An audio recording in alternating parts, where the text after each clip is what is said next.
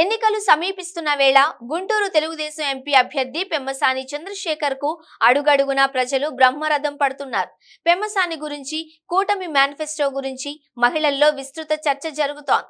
ఆంధ్రప్రదేశ్ లో పోలింగ్ తేదీ సమీపించే కొద్దీ పెమ్మసాని ఎన్నికల ప్రచారం పతాక స్థాయికి చేరింది. మండు టెండలను సైతం లెక్క చేయకుండా ఆయన ప్రజల వద్దకు వెళ్లి ఓట్లు అభ్యర్థిస్తున్నారు. తను ఎక్కడ ప్రచారానికి వెళ్లినా ప్రజలు బ్రహ్మరథం పడుతున్నారు. పోలవర్షం కురిపిస్తూ ఘన స్వాగతం పలుకుతున్నారు. తెలుగుదేశం సూపర్ 6 పథకాలు, కూటమి మేనిఫెస్టో గురించి మహిళలు, వృద్ధులు విస్తృతంగా చర్చించుకుంటున్నారు. నియోజకవర్గంలోని గ్రామాలలో పెమ్మసాని విస్తృతంగా ప్రచారం చేస్తున్నారు. మహిళలతో మాట్లాడి సమస్యలు తెలుసుకున్నారు. జనం ఆయన వెంట తిరుగుతూ కూటమి మేనిఫెస్టోను ప్రజలకు వివరిస్తున్నారు.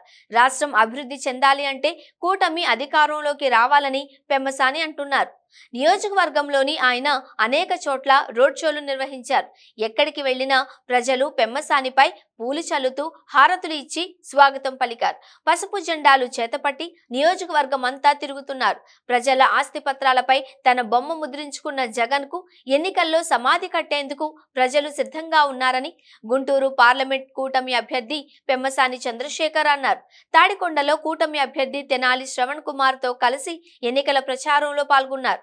రాష్ట్ర భవిష్యత్తును జగన్ నాశనం చేశారని పెమ్మసాని ధ్వజమెత్తారు. వైసీపీ బోటకపు నిర్ణయాలలో భూ హక్కు చట్టం ఒకటని పెమ్మసాని అన్నారు. విజయం ఖాయమని తేలడంతో కార్యకర్తలు, నాయకులు ఉత్సాహంగా ప్రచారం నిర్వహిస్తున్నారు.